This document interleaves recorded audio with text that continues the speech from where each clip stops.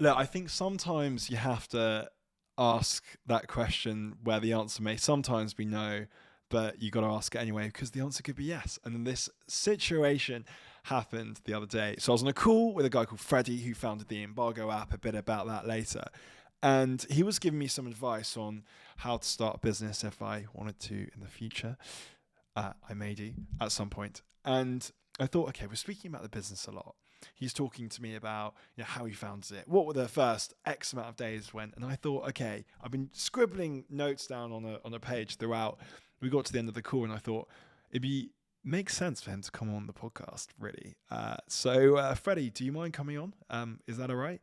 And he actually did say yes. I was very, very pleased. Such a nice guy. So he came on, he gave an amazing narrative as to his story and his time in hospitality. He worked at Joe and the Juice, how he worked his way up there, gained an amazing network, and then pivoted into a marketing agency and has now founded the Embargo app, which aims to provide a customer relationship management system to businesses, small and medium-sized businesses that wouldn't necessarily able to afford to do so, like bakeries, coffee shops, and the like. So genius idea allows these places to connect with their customers far better than before through the vessel of a loyalty scheme, which means that the company can track who is coming in and out of the store. I think in the first 100 days, we spoke about a few things. There's always about 4 or 5 points that we chat about. But one of them was the fact he approached 40 or 50 different companies and asked for their feedback. Would they consider having a trial for the software? How he approached sponsors and how he wanted to collaborate with other businesses in the Embargo name out there, and also just help with marketing activities. So I think he gave a good blueprint as to the first 100 days. I've whittled on a lot. So let's just get on with it, okay? It's time to go 100 days in. Roll the credits. Done. Oh, and by the way, before we roll the tapes, sorry. P.S. Thank you, Chilla, for the intro. Hugely grateful. Thank you so much. Super shocking to me is that most of these businesses had actually very little understanding of who the consumers were. But anyone who somehow tried to tackle your problem, try to research first how they tackled it, to what extent it worked. Can you find any customer feedback? Maybe you can also meet some customers that were using their solution. Whatever you do, find a meaning to it. Find a why. Be passionate about it. Try to be the best. It's actually unbelievable how far it can go.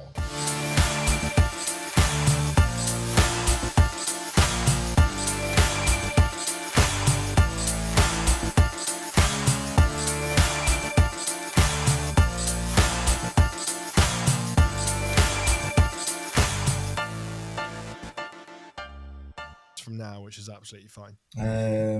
Yeah, I mean, if we run a few minutes over, that's okay.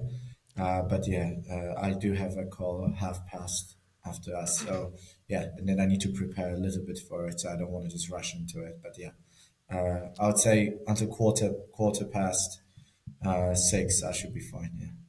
Perfect. It's a long day for you. I mean, God, you're Yeah, up. You must have been up about 5. I know. It's same tomorrow, and then Wednesday I've got a 5:40 a.m. flight, so that's gonna be fun. It's gonna be I think fun. coffee may be your friend or enemy. I'm not sure. Yeah, fortunately we Um, work with quite a few coffee shops, so yeah, that's the actually, yeah. perk. It's a That's the very good perk. point. Keeps Is me it going. silly question? It is Freddie. You'd like me to address you Yeah, as Freddie, Freddie? Frederick, whatever's easy for you. People call me either. Okay, Yeah, cool. All right. Well, I'll go with Freddie if that's okay. Just sounds a bit more perfect. personal. All right. Well, I think let's kick it off. Let's We do For it. the benefit of our audience, Freddie and I spoke. I think it was last week or the week before. You were very kind to give up some of your time to try and give me advice on, potentially how to start a business. I think we share similar interests in the same sector, so I think rather cheekily, I thought, okay, well, that was really kind, and I genuinely felt that was so helpful. But also, whilst you're at it, did you did you want to come on the pod? So here we are. Freddie, it's really good to have you on. Well, thank you so much. And yeah, for me, it was great. I think looking back at our 100 days, there's so many thoughts and lessons learned, and I'm always happy to share them. So yeah, so that's awesome. Yeah, I expect when we were speaking, it sounded like, yeah, I was just really intrigued in that beginning point, not just because of the podcast angle, just because, as I say, I'm at a similar point. So that was initially for me just such an area of interest. So, very happy to have you on. You kindly sent over 5 things that you felt were integral, in the first 100 days. But actually, I think what's good for our audience, just a bit of background about you, your early life, and something I ask my guests a bit is, did you always want to become a business owner, an entrepreneur, or were there clues in your early life, or when you were employed in the hospitality industry, that was going to be the case, or was it just totally chance and you never saw yourself that way? I'm always intrigued by that question. So I was born in Hamburg, but at the age of 7, I already moved to Poland, where my dad set up his business. And I think, yeah, again, so one thing is moving, and then within Poland, we moved several times. But I think that already, that experience of moving to a totally different country at the age of 7, and yeah, I mean, part of my family is, well, most of my family is Polish, so I guess it wasn't a complete shock, but still, it was the year 2000. Now Poland is a thriving, modern, really exciting place to be, but it looked totally different. And the jump from a city like Hamburg to moving to Poland was this very, like, radical, drastic move. And I think that taught me a lot. And then again, my dad is an entrepreneur. And I think that was something just very obvious and very, I'd say, natural at home for me to see someone building a business. I guess going through some struggles and ups and downs, and major success as well as major challenges. So again, that was something that was somewhere there subconsciously, I guess, preparing me for it. But at that point, to be honest, as a child, my dream was to be a professional athlete, and that's where my journey started. I did, I took up many different kind of sports as a child, but then ended up settling with basketball. And then at the age of 19, I signed my first top division contract in Europe. So at that point, I managed to get into the top Polish league, which probably was the top 5, top 6 leagues at that point in Europe. A really, really high level. And that was obviously a dream come true for a kid, to turn your idols, people you were watching as a kid, into your teammates or into your rivals. It was a truly, like, life changing moment for me. But it was also, yet again, something that I feel, in hindsight, that was just preparing me for the journey of an entrepreneur. Because, well, for a few reasons. First of all, when you're a kid that decides to, start playing basketball, football, or volleyball, or tennis, no matter what, you have to, you obviously dream about becoming professional. I mean, every kid has that dream, even for a few seconds, right? But the reality is that the percentage, of kids that end up playing or doing that professionally, signing that professional contract, I mean, it's tiny. It's probably not even 1%. So you ultimately decide to go for it, and probably, invest quite a few of your key fun childhood, teenage years into this, and really, really decide to say no to so many other things that you could be doing then, and really sacrifice, at that point you feel like the most important years of your life to achieve this goal, with almost no chances of achieving this. And that sounds very familiar to setting up a business in a startup, because, I mean, first, less than 1% of startups get VC funding, let alone the amount of startups that actually succeed, get to an IPO or build a very, highly profitable business, or end up with a great exit. It's very rare. So obviously, again, you're already in that setup where you go like, well, it doesn't matter. I don't care about the statistics. I'm just going to do it. And you're going to believe in that. And at the age of 19, I realized that it's probably not I don't want to play basketball professionally for the next 15, 20 years. I was standing in front of that decision. Do I want to continue doing this? Do I believe that's something that will really define my life, and that's something I want to invest the next 15 years, 20 years? I realized not. And then overnight, I decided to move to London. Like, I had never been to London before I moved, so it was a pretty crazy ride. I was 19 years old, with a backpack and a suitcase. I would say very little money left from my first contract, or my first, 2 contracts, which were, obviously as a junior, you don't make crazy amounts of money. So a bit of savings from there. I remember, think just under £1,000 from my parents, as to help me get off the ground, and that's it. I was gone and just started to live on my own and sort of pay my own bills and pay everything, enrolled to uni, but it was middle of the academic year, so I could only start from September, and I moved in February 2013, or January, February. So I had to take on a job, and yeah, it was ultimately, adult life full on, and no way to look back. And fast forward, when I was finishing my first few months of uni, so the first term, half term, I was offered a job to join the marketing team of a very successful hospitality business at that point. It was a pretty interesting story, but maybe at one point we get to that, how I was offered that job. I was given a chance by a 30-year-old entrepreneur, super successful. At that point, he wrote a book with Steve Forbes. That was already his second or third business. Quite the sequence there. I was trying to think from the point of the listener, and if I was listening to that, the first thing I'd be wanting to know is, like, how did you guys meet this mentor that I suppose gave you a totally different trajectory and maybe can explain where you are today? The only reason I believe I managed to get to a professional level playing basketball was because I was ridiculously passionate about it, driven. I worked harder than anyone else, and I had this feeling like I just want to be the best. Doesn't matter what I do, doesn't matter whether it's dribbling and shooting. Like I'm just gonna every single day sort of strive to be the best at this. Whether I'm going to be the best or not, obviously, let's see. But I'm going to do everything in my possible control that I can do to achieve that. And I think once I decided that I don't want to play anymore, and I changed my I guess the my career, and I moved to London, I still wanted to. Well, I would naturally apply the same mindset to anything I would do. So let's say I joined the Juice. I was getting £6.50 an hour gross, before tax being deducted, like peanuts. It was barely like I remember one month, the payday was a bit later. It was like one of those like long months where it was like 5 weeks instead of 4 weeks, and I didn't have money for my Oyster card, and I lived like a 3.5 hour walk if I wanted to walk to that joint, and I walked both ways because I had so like it was like a really poorly paid job at that point, but I didn't care. I always felt like it doesn't matter. I'm young. Like I'm every time in life when you work harder and do more than what you paid for, sooner or later you'll be paid way more than what you do. Like it always ends up like this.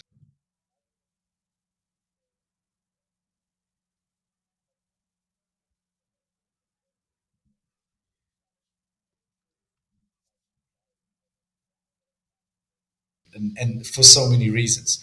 So because of that, I was just this young 19-year-old guy, but I was so obsessed with, okay, great, I want to make everyone feel like at home. I want to feel them the real during the Juice vibe. Like I thought that this brand has so much potential. If we can just convey it better, it will be even more successful. And I didn't have at that point any power to do this on a, let's say, headquarter level, but I thought I have the power to do this on a very local level at this particular Kings Road shop with these customers that I serve. So I started, I guess, treat people in a very special way, build relationships with them, try to bring a bit of my energy into today's life. Because I thought hospitality is such an incredible industry where you touch so many people's life every single day. Like if you think about anyone, in the world, almost at least in, developed countries where you have, hospitality businesses quite present, like your every day is somehow connected to hospitality business, right? Whether it's your morning coffee, your lunch, your birthday celebration, your friends, whatever promotion, your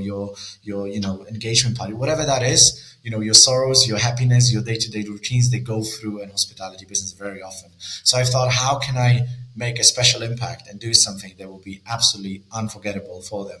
So what it was that when I was enjoying the Jews, I ended up getting, almost all our regulars, like literally by name, by what they like, by what they do, their families, and a lot of them also people really well known. The John Juice was based in Kings Road in Chelsea, so you had a lot of affluent, successful people, celebrities, football players, businessmen, businesswomen, so many incredibly inspiring people. And I guess I started becoming part of their personal life. So they started inviting me to the birthdays, to the dinners, to the parties, to whatever that was. And one of those people was a woman called Jessica Patterson, who at that point had a successful PR company. She was also a PR director of the business that I ended up, becoming a marketing manager first and then head of marketing. And the thing is, like, I became friends with her friends, with her partner at that time as well. And I was just, constantly being invited to whatever they were doing, like, dinners on a Sunday, brunches, whatever. And I ended up getting, all their network. And then one day she had a big birthday. She was organizing it at Cafe Royale. Like Tatler was covering it. You had lots of, really well-known people, aristocrats and royal part of the royal families and everything. 30 people, 35 people, and myself, a guy, smashing juices and coffee in Kings Road, completely out of nowhere. I was probably the most irrelevant person in there at that point, but I didn't care. It was a black tie event, and then I got to know, her boss, because she was there as well, his business partner, and we really clicked. We had a great conversation. We spoke most of the evening, and then he took my number. He was like, "Hey, let's grab lunch in the next few days." He did reach out. He wanted to grab lunch, and then he said, "Look, I met you. After a few hours of speaking to you, I saw a lot of myself when I was 20 in you. And the most interesting part is when I started later that night, and also since then, I started asking about you. A lot of people that were in that birthday, like if they know who you are and all of that, almost everyone knew who you are and they knew you very well. So that to me was he was like, okay, that's quite crazy. So he said, I usually have a good feeling to people, and I see talent. So I want to give you a chance. You have 3 months to prove yourself in our marketing team. And then if everything is fine, obviously we can talk further. I passed the probation. It was an unbelievable time. Like, I think in the first few months, I organized or I helped organize events and parties for will.i.am, Justin Timberlake, Leo DiCaprio, met almost any like A-list celebrity at that point you could think about. It was insane. It was really insane. And then a few months later, he realized that it would be good to give me the head of marketing position. He was making some tremendous, huge changes in the team, in the business, and he's given me, the reins of the marketing department, and the rest was then history. You know what? I'm glad I asked that question now. I wasn't actually expecting such a such a response. Um, so there's a few bits that ran through my mind. So I've worked in hospitality as well, and not actually on the King's Road, funnily enough. I've Okay. probably been to Joe and the Juice a few times. There's a good outdoor bit there, so it's quite popular. So sorry. But So that was actually so that was before we moved across the street to the bit with the outdoor. We were literally across the street where the fashion store now is. It was this really, actually, the venue that is there now that they have is amazing. Back then it was a quite dark, sort of long, weird setup that we had to deal with. But it was still fun. Yeah. I want to go into the first 100 days, but one thing I just got to ask. I agree. You meet so many people working in hospitality, and you do build a rapport, especially the people that come in regularly. That is certainly the case. But what I would say is unusual with you is that I don't think everyone that works in Joe and the Juice or in hospitality, even on the King's Road, would necessarily be invited to all these things and make these amazing connections. What was it about you and your approach you think that it's made you stand out? Because I do think it's not normal for that to happen, in my understanding. As I say, I have worked in hospitality. I don't see it that often. So I'd be really interested to know from your view. Look, to me, I always say that, to me, there are mainly two types of people: people who are passionate about what they do, and people who aren't. And I know that I've always been passionate about something. Like, there's some people that are very close to me. My family says that, oh, Freddie, he always has to be passionate about something. Like, he cannot breathe. He needs being passionate about something as much as oxygen.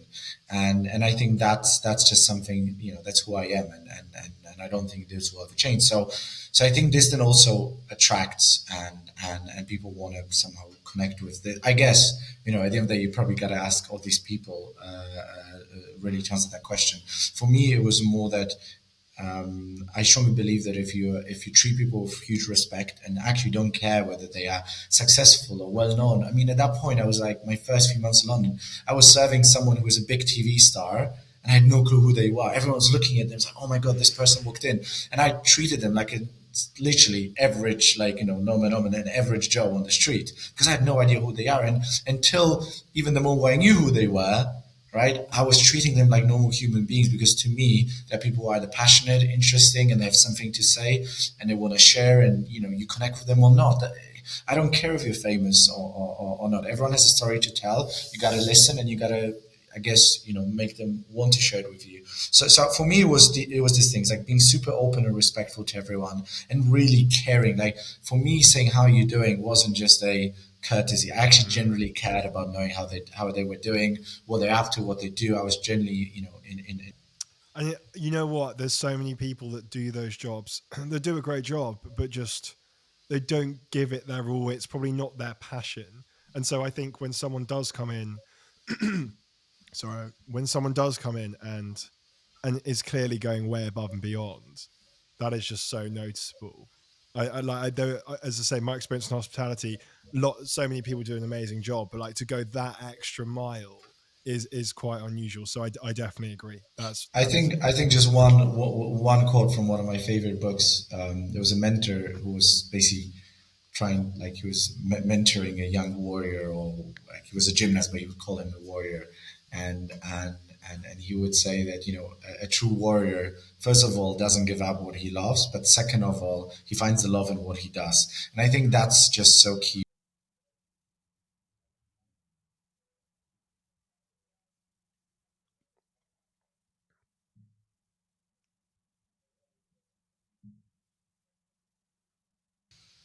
And also on the flip side, I think that's great. And on the flip side, it just shows there is dignity in all work, because someone could think, well, I'm just working at, I'm just serving smoothies at Joe and the Juice. I'm not quite where I want to be, but actually there is so much joy and dignity that you can have with that job. And actually the opportunities you got from it were staggering. So it just shows that actually you don't have to be Yeah, in what would be considered, a really high end job at the time, white collar, blah, blah, blah. You can actually get more opportunity doing stuff you would never have thought of in the first hundred place. percent, 100%. It's unreal, especially in hospitality. The way you touch people's lives is Mm. just. I cannot think of many other jobs that can do this, and on a such a, like, when it comes to so many people and so directly. So yeah, to anyone who's young and gets into that, or young or old, doesn't matter. To be, age means nothing. But whoever is in there, like, you really have an opportunity. I know it's a super tough job. I have so much respect to people working those jobs. But yeah, you really can meet unbelievable people, and really, it's an industry that gives huge opportunities, And massively, you always have massive. that energy as well, don't you? Serving, I always found that you always have that energy when you speak to people. It's like this recurring Right. conveyor belt of just energy where your day is just filled with all those interactions. I think we will probably need to do a separate podcast about hospitality experiences, because generally I I honestly I'm just so with you. But let's go up to the point where you thought about starting what is now Embargo. And look, I think the common thread running through a lot of the previous episodes I've had with previous founders is that there has been some personal issue or some issue that they've come across. They haven't just theorized it and thought it up one day as a potential issue, but it's something that's personal to them that they have found in their day to day work. Was it the same with you?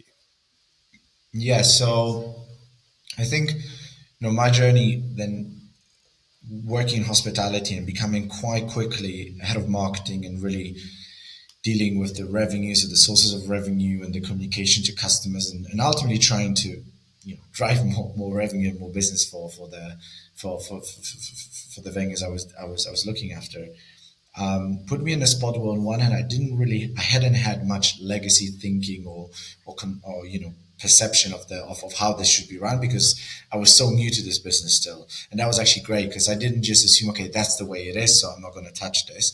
I approached and I entered that industry with thinking, okay, well, it's a consumer business, just like supermarkets, hotels, airlines, fashion brands. I mean, you name it, because it relies pretty much 100% of the revenues of those consumers coming and buying from you. At that point, obviously, it was predominantly walk-in. food delivery was still not that common. I mean, I think there were venues that are own drivers, but there was before Deliveroo was a thing, or Uber Eats didn't even exist, and all of that. But still, let's assume there were still consumers buying from you. Now,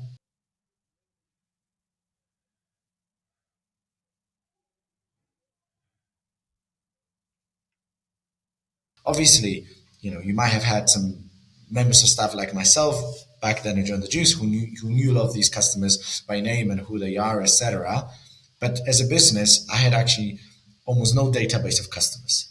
I had no ways to measure whether they're returning or not. I had no ways to even impact that and start communicating with them beyond the hey, how are you doing?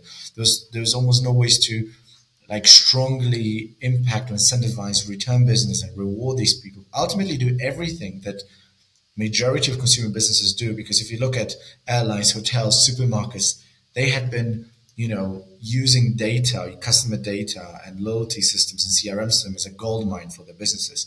They've been so active and so they've been spending so much money and time on making sure that as many of the consumers are within the reach, that they have easy to use, efficient and effective tools to communicate and drive more returning business, and ultimately make sure that they don't have to constantly rely on new business. They can rely on returning business, because in reality, that's what majority of the revenue comes from.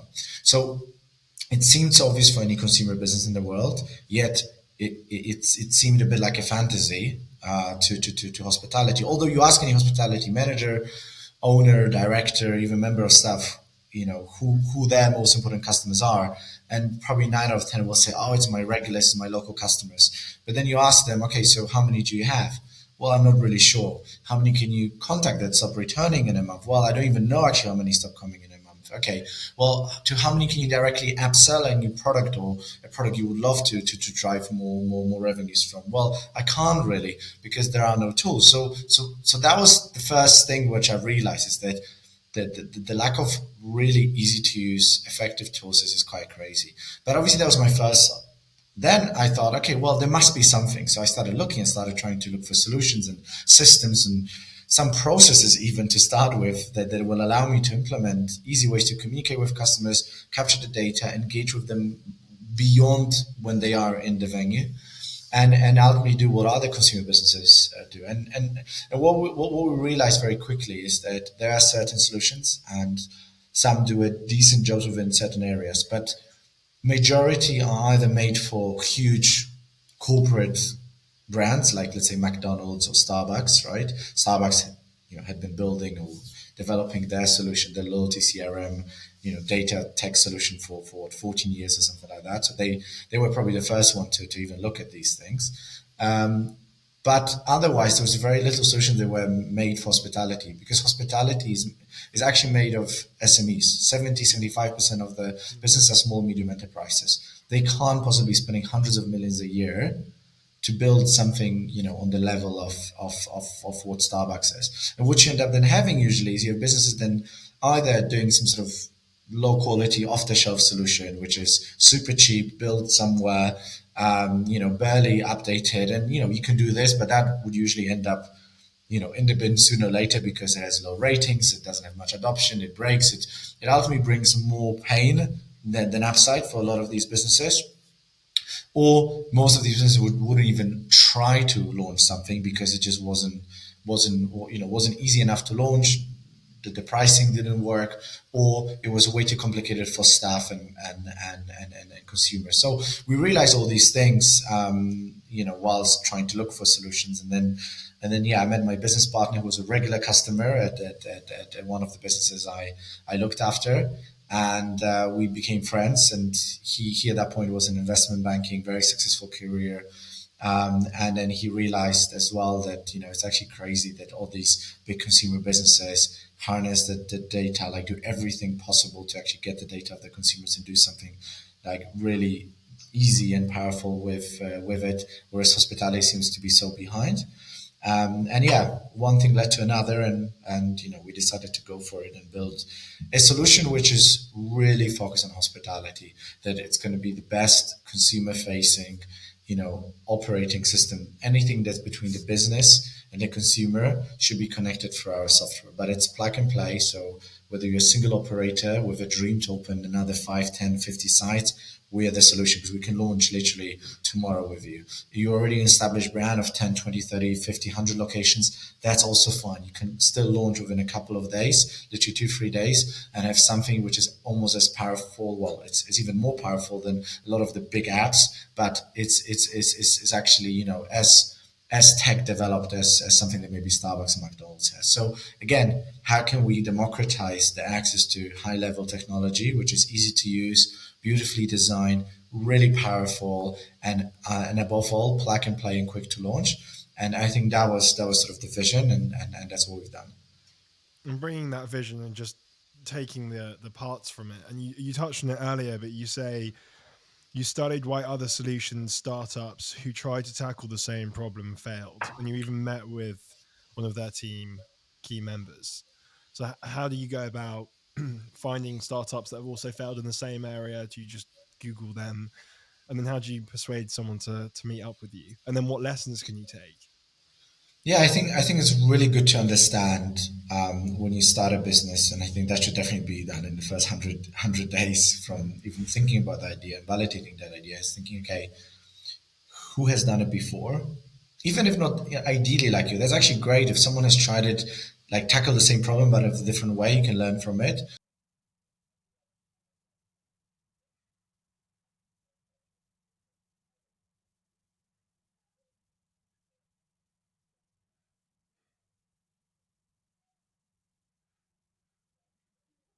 And then yeah, if you can also meet some, if the business still exists, then you obviously might not want to go to a member of staff who still works there because they might not be so open to share stuff. But maybe people who used to work for that business, or if that business shut down, you can probably find people on LinkedIn who used to work there and reach out. I went through some of my network and managed to meet like one or two people from platforms who basically were trying to solve the same problem in a slightly different way. Yeah, all of them actually tried it from a different angle, but there was a lot of lessons in terms of I want to understand what the bottlenecks were. I mean, like where do they usually fail? Where do they usually struggle? Is it the pricing? Is it selling? Is it education of the customer? Is it launching and implementing? Like what are the bottlenecks? And a lot of that came, like a lot of the solution that we were talking to earlier were very much linked to already payments and had to work with the POS, and a lot of them were saying, look, if you rely on your entire business of being integrated with POS, it doesn't work without an integration. That's going to be an issue because there's always a lot of people say in the industry there's as many POS systems as restaurants, so it's almost impossible to be integrated with every single one of them. Secondly, is a lot of those systems are very old school and the integrations are very hard to maintain. Thirdly, those businesses. So by the time you actually integrate with this, you connect all of that. Like it's a very long process, often, or even then to launch this with their business, you still need the team to connect the dots and make sure everything is fine there and connected. These integrations, especially if it's an old school like software, tend to change and break. Secondly, those businesses change the POS system. So you might do all this work, and then 6 months later, that business says, "Sorry, but we're changing the POS provider." What do you do then? So that was a lot of the feedback that we got. Is like, and then we realized we need to make our solution POS agnostic. We're not saying we shouldn't integrate with POS, but this should be something that just adds value, but it's not a deal breaker whether we can work with someone or not. And then secondly, we found a lot about how they were selling and what worked, what didn't. We still had to find our own way. We made so many mistakes, but even all these findings were somehow interesting.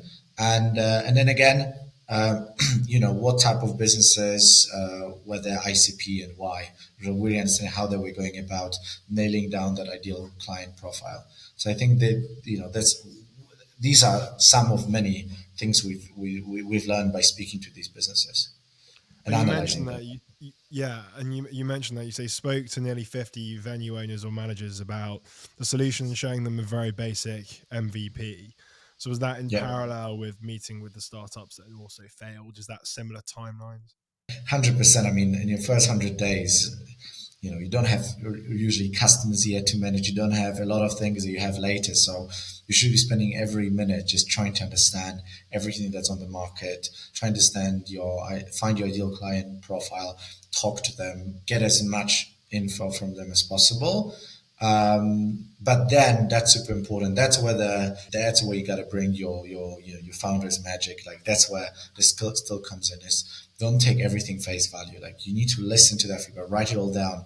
Like really be diligent about everything you want to know. But then it's your job to understand what's the finding, what's the lesson from this. So, for instance, like just one of many examples.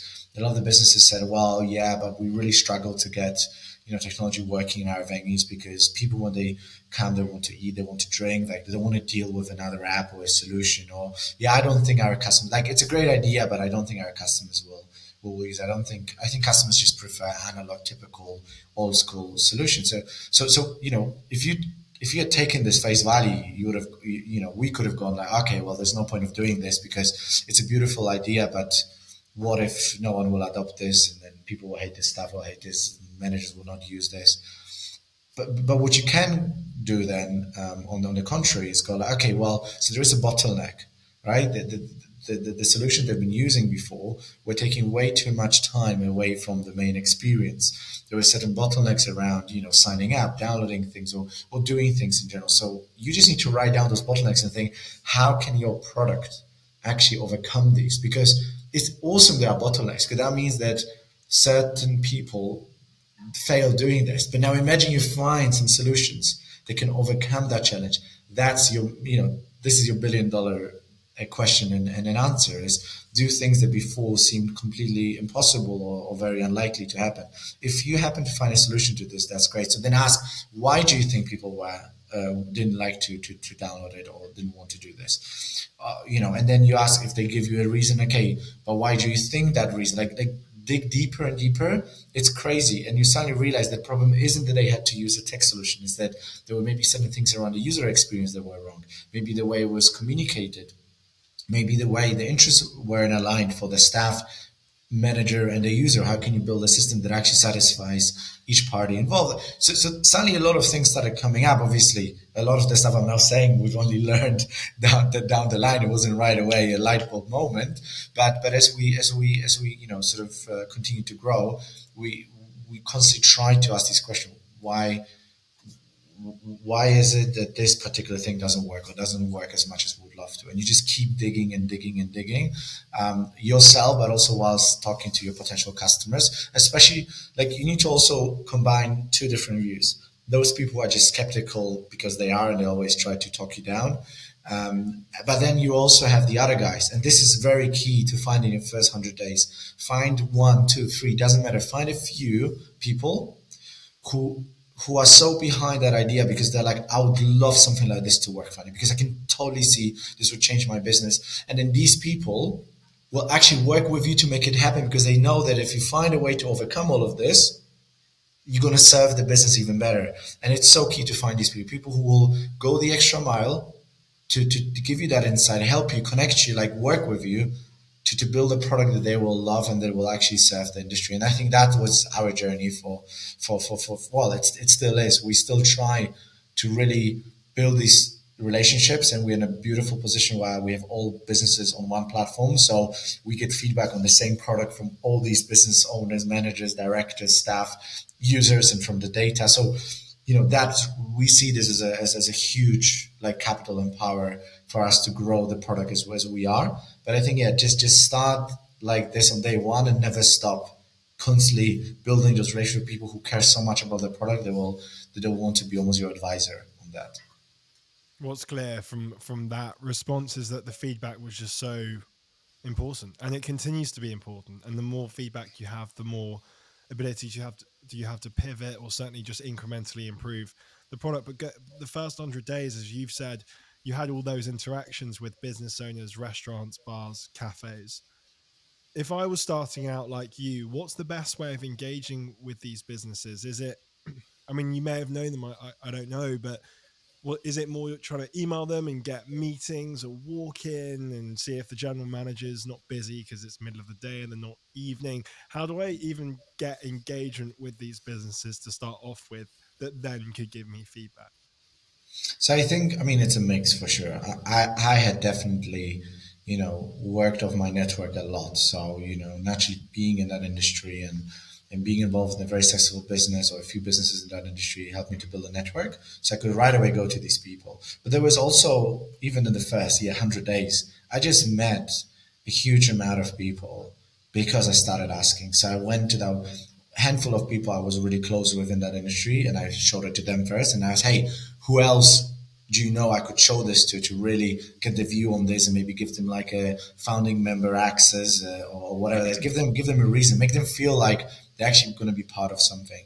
And you also be surprised very often how many people in your network either have what you need or know people who have what you need. So from the moment you decide I'm going to build this, I'm going to start working on this, that's literally what you should be talking about all day long. So I always say is same with fundraising, etc. If you go for a dinner somewhere or meet with someone and they ask, well, how you doing, or you just met them and they ask who you are, if you're passionate about what you do, the natural thing will be like, oh yeah, I'm working on this solution that's going to do this, and this. We're currently at that stage, super excited because I always thought this problem should be solved. I mean, it's a natural thing to say, right?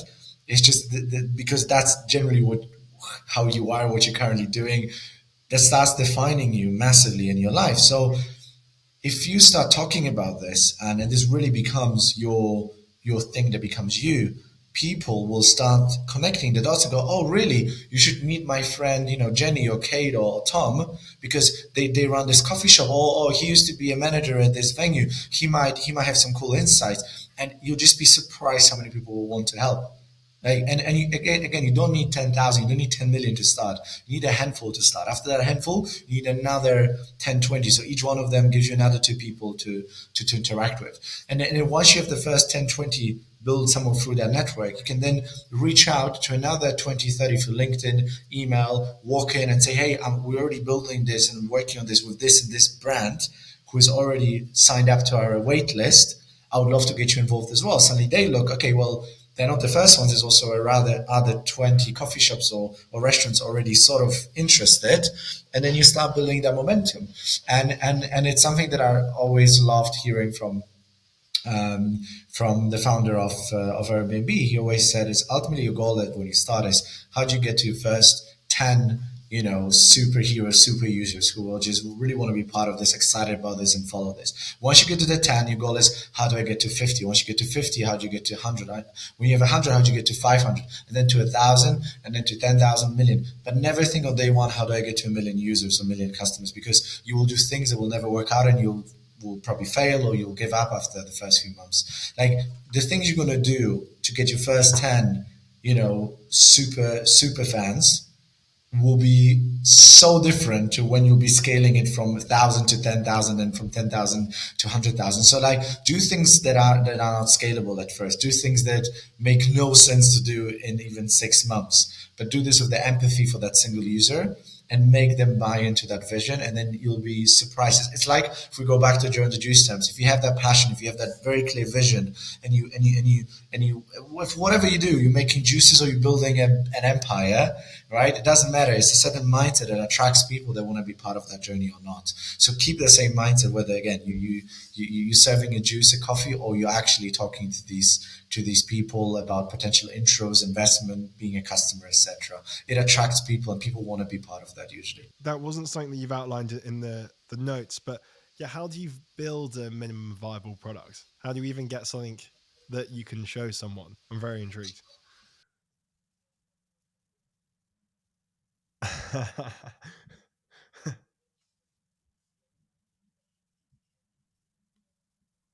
Yeah, the first product was, and I think you have to be okay with this. Like the first product will be like far from it, but something we've learned on the way is like it's again a certain mindset.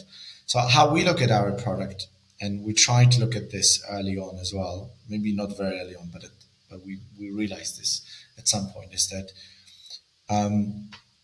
you need to be, it's this mixed mentality where you need to be so obsessive about details and making it great and perfect, but still sometimes launching things and moving with things and getting things done even when it's not 100% perfect and tested. Like sometimes you got to go with 50% of the information or confidence that you need, or 30%, and get it out there and then fix on the way. Like you need this, like yeah, a bit craziness to do this. But at the same time, you need to be so obsessive, which is quickly then fixing and pivoting and adjusting. I think at the beginning is really understanding what is key, what will be the key thing that people will be buying, and I think, or split it in phases. So for us, I guess it was, we knew that for the whole system to work and then to bring all the back end value for the bit for the actual venues, we need to build a solution that first works for the users and the staff, because they are somehow the main players. They build that adoption. If it fails there,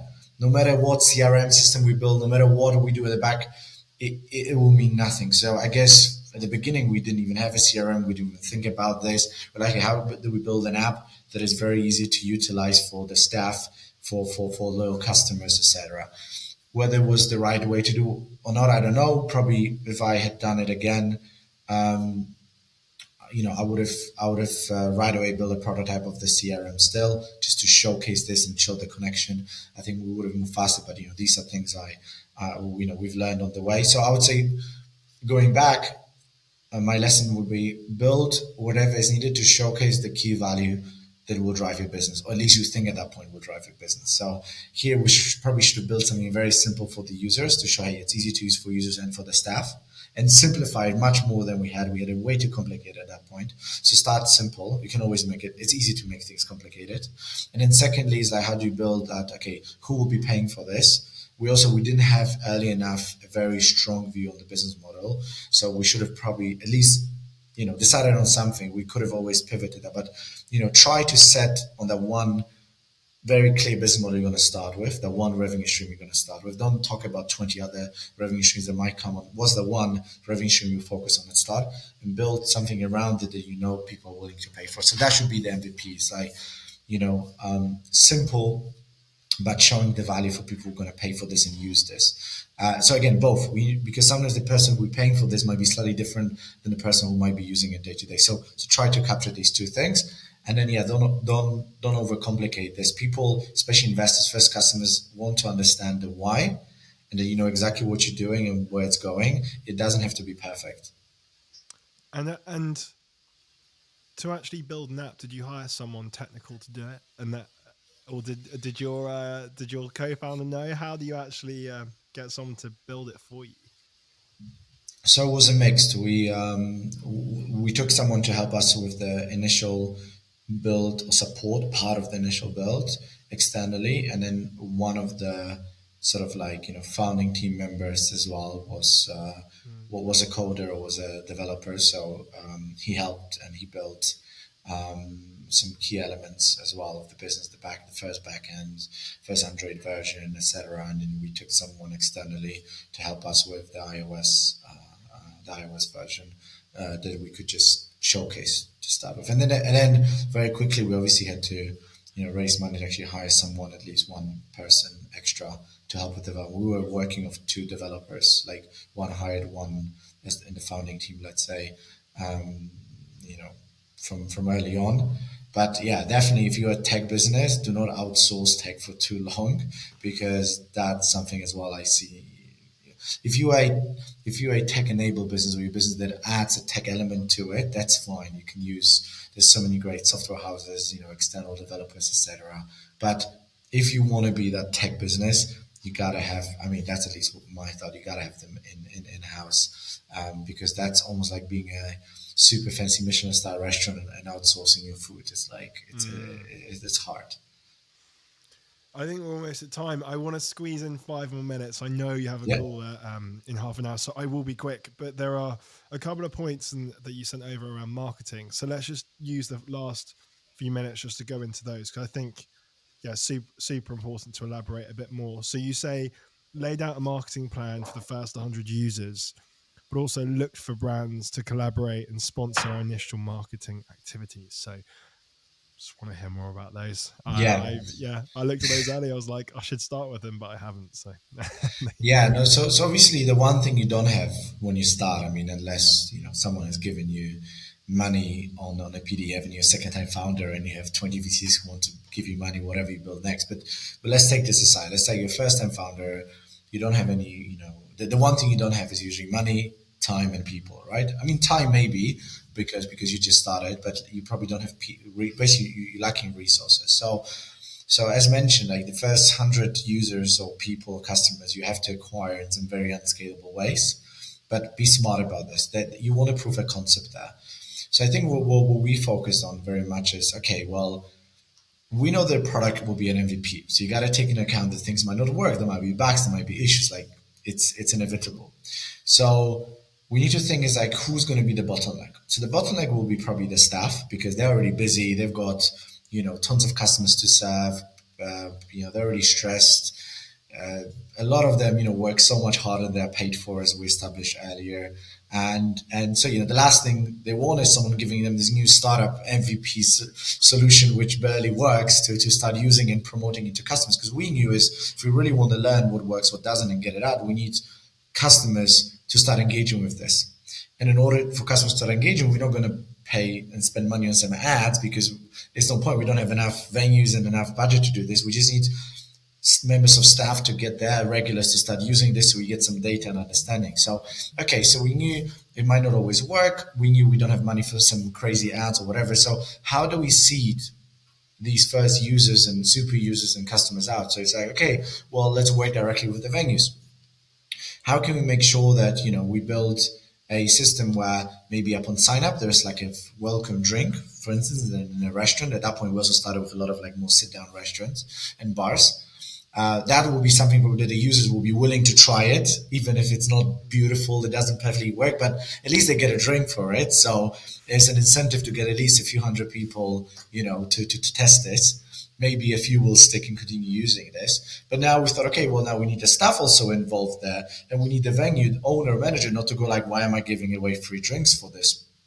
So we then worked out a strategy is that for the first, X amount of venues around that sort of beta launch, we thought, okay, we need to somehow sponsor those drinks, right? Because the venue will not want to give it away, but we also cannot like pay the full drinks price. So then I thought, okay, who else would love to actually put their product on those consumers' lips, right? And perhaps be in an app with the name, and then maybe later we can re-engage with these. I thought, well, drinks brands do this all the time, right? They spend so much money on basically being in front of people's minds when someone enters a bar or restaurant that their brand is being served to be on top of the menu. So I reached out to some people within the drinks business, some cold, some within the network, and thought, guys, would you be happy to give us some stock? Not a lot, maybe like, a couple of cases a month of your drinks that we would then give to those first 10, 20, 30 restaurants or bars that we work so they can serve drinks using that stock. So they don't lose any money. They can treat their consumers with a little drinks. Also, it looks good on the restaurant. That brand is obviously happy because we put it all, redeem your XYZ drink, so that we put the name in the head of the consumers and the product on the lips, so we get them to taste the product. So they're happy as well. Their staff feels great because that's how they get extra tips as well. Because I would love to treat you with a free drink. Just get our loyalty app onto your phone, and suddenly we're like, okay, everyone is happy. And we obviously get the data and we like of what works, what doesn't, we start getting some traction. So I think it's like, and I was the one running around with these cases, delivering them to the restaurants, by the way, so in backpacks. So, and when they would run out, because some things really went for it and started onboarding hundreds of customers onto that, I had to like ask for more, go to the brand like office or warehouse, pick them up in a backpack, quickly Uber them or tube them to the restaurant. Like it was madness. It was not scalable. But at that point for me, it was like, I need to get to the first, let's say, 1,500 restaurants I can work with, and the first, let's say, 1,000 users is going to be using the app regularly. So that was that. That's just an example, that one of many that we've done in the early days. I think you've given a very clear and descriptive blueprint about how you started Embargo app. I do think we could go on for a lot longer, and I think that's just such an amazing way to start the episode. about your experience at Joe and the Juice, and then how that later formed your trajectory and your employment at the marketing place. I just thought that was such an amazing story, and so many people can take inspiration from that, because I think you just articulated it so well earlier that you weren't given a leg up. You started off working at a smoothie juice outlet, and you made it from there. It was of your own doing, and so people can look at that and say, yeah, you weren't given a leg up, and so it just gives people hope that they can also do the same. So I just want to thank you for your time, Freddie. I thought that was such a fantastic hour, and I'm certainly looking forward to hearing it back, and hope we stay in touch. I thought it was brilliant. Well, thank you so much. Like, I really appreciate the invite, and keeping my fingers crossed for everything you're working on. And then, yeah, one thing for anyone listening, if you want to reach out and ask one question or just leave any feedback about about the story episode, please reach out. I'm obsessed with feedback. Please send me anything. If you didn't like something I said, send it over. If there's something particularly interesting and useful, please let me know. I can also use it for any other podcast. I'm gonna try to, whenever I get an opportunity to share as much value as possible to people listening. So it's also valuable for me. So, I still have the same mindset. Just tell me what works and what doesn't. So reach out.